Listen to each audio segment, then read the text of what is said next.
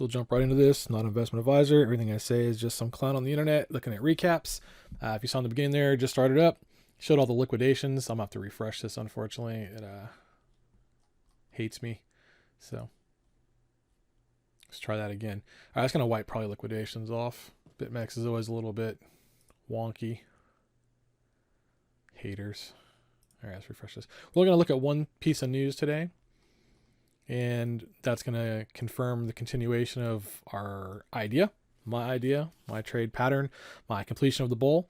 So over in here, we talked about, go back down in there, blah, blah, blah, blah, blah. We talked about Wyckoff in the last videos. We talked about things that make continuation and supply and demand and buys, all that kind of good stuff. So we're going to look at one news today. Powell speaking before, Powell speaking a second time, some craziness going on. I can't stand light mode. 1 second, sorry. So the continuation of what we were looking at, finishing playing out, it needs more good news, more good Wyckoff. And I said that the potential for this is probably midterms. After midterms are over, I don't think we're going to go too much crazy higher. Yeah, we'll look at it then again, like who knows, things change. But as for now, multi-week, multi-day play out, it's looked real bad. It was like, it could go back to the bottom, or it could be the edge of the bull. Oh, it looked real bad to go back to the bottom, or it could be the bull. Pretty much we have completed it. If we really want to consider that in there, I mean, I don't know. I kind of want to almost take that off and call this the edge with just a little higher, maybe at like 21,889. So the 22 to 23 zone, 22 underside check to the 23 stretch potentially, because midterms are close. So it's almost on, and we don't have 100% positive news, but we've got some positive news. So what could continue this on? In this news, I feel like it's pretty good today. So this is from CoinDesk. MATIC rally gathers speed as Meta announces Polygon-powered NFTs. Chart signals golden cross. Those two things pretty positive for like the average Joe Blow. Let me just roll over the top of this real quick.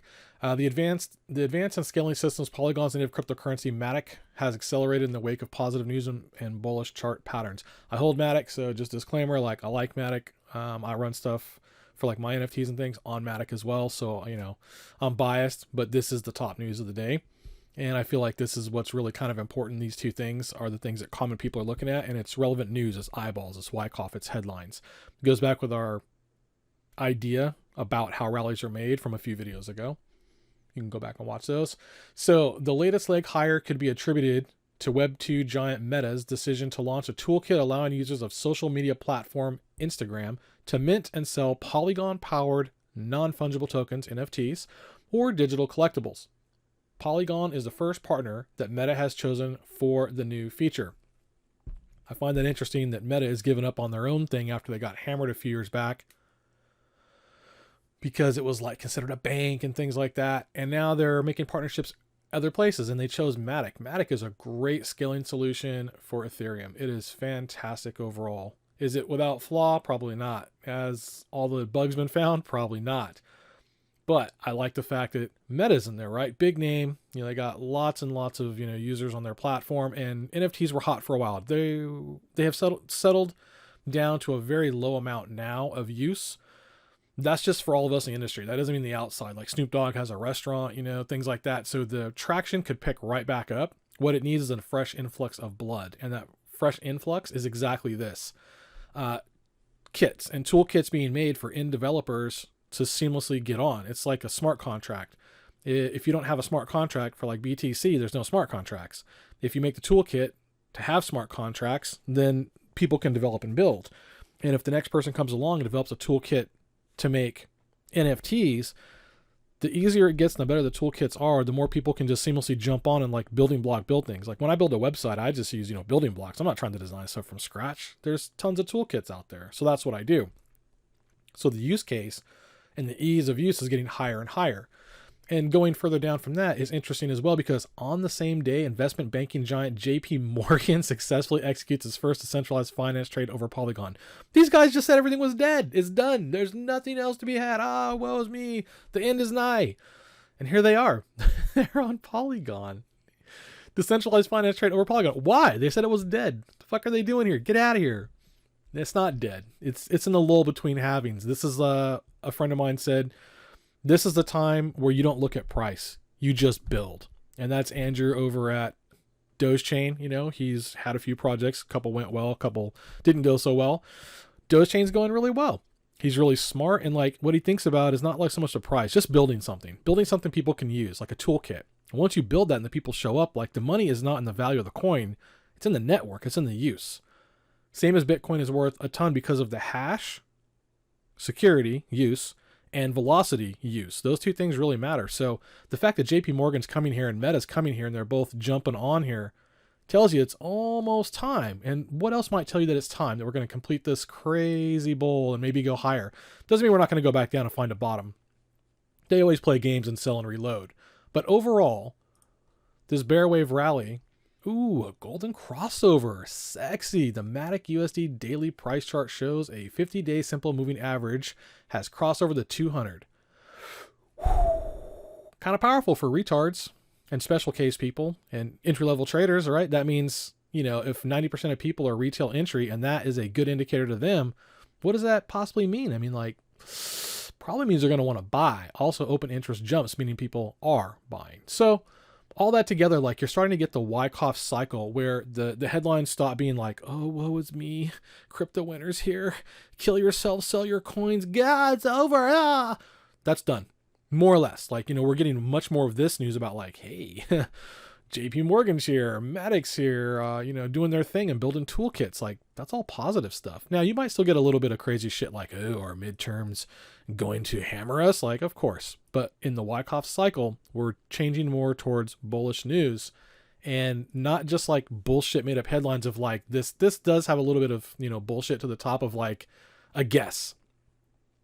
It's saying that could be attributed to, right? They're not saying is attributed to, but that's still positive news because nobody really reads that and goes, oh man, I should probably still be worried. They're like, whoa, JP Morgan, whoa, Golden Cross, whoa, NFTs. I know these buzzwords.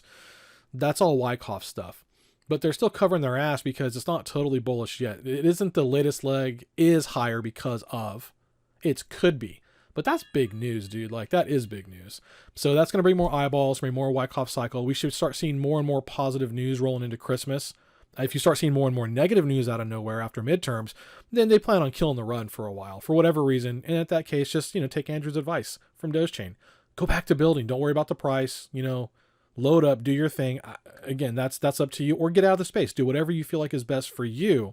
But after being in the space for a long time and seeing the cycles, that's probably some of the best advice I've ever heard, is that in the end, adoption is coming.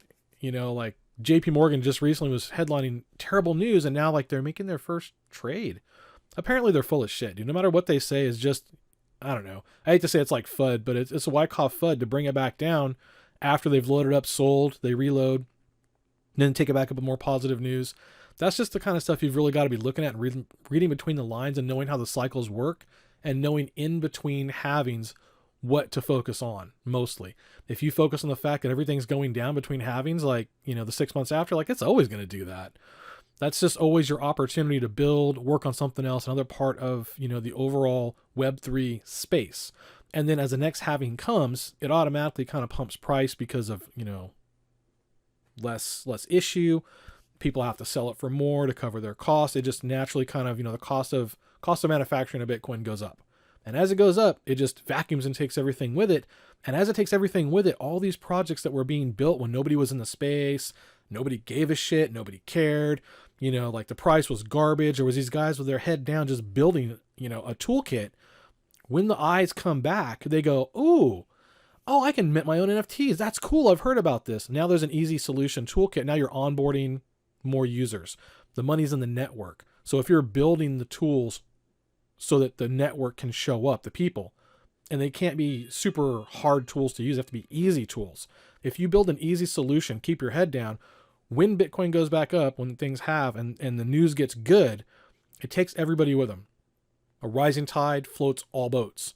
So now's the time to build. And after this next halving goes, and 6 months later when everything falls apart and people go, woe is me, it's over again, that's the time to build the next portion of Web3 solution that it builds on top of NFT, smart contracts, dApps, you know, decentralized finance. Who knows what we're going to see in the next building. The next building is going to be fantastic. Right now, we've got cool things. We've got NFTs. You saw Snoop Dogg go open a restaurant around them. You know, there's people trying to adopt these things out into the regular world and get more eyes on this so that it can go up. That's the main thing. So for now, I'm only gonna look at this one headline today because I feel like everything I looked at was pretty positive, and these were the most compact positive. Open interest jumps, golden crossover, and a toolkit. And a toolkit being done by a huge ass place with lots of eyeballs, and a huge ass place that's been badmouthing the industry forever, and all of a sudden now like they're executing trades. Why? It means because they know at the next halving, like they're already going to be pre-positioned, so they're going to go, up a lot probably. Like that's just, all things considered, that's usually the way that works. That's the way I look at it anyway. So for now, that bull probably completes out to the underside of like 21,000, 9. If we blow off this little piece here, that was like some kind of oddity possibly. So let's just say that's the bull. It's kind of complete now. I give it a little bit overchecked on the side of 22. If it looks good at 22, then, we'll jump back on again and look at it. And maybe it goes to 24. Maybe it completes this much bigger bull. It's possible. It's just a little steep on that side. I don't want to say that, 25 is in order. 25 is possible. 22 underside check is probably the spot. 22.8 would be the real completion of that kind of, I don't know. It's an oddity. I don't really like it. So 22 and 25 are my next, orders of operation anyway. Thanks for watching.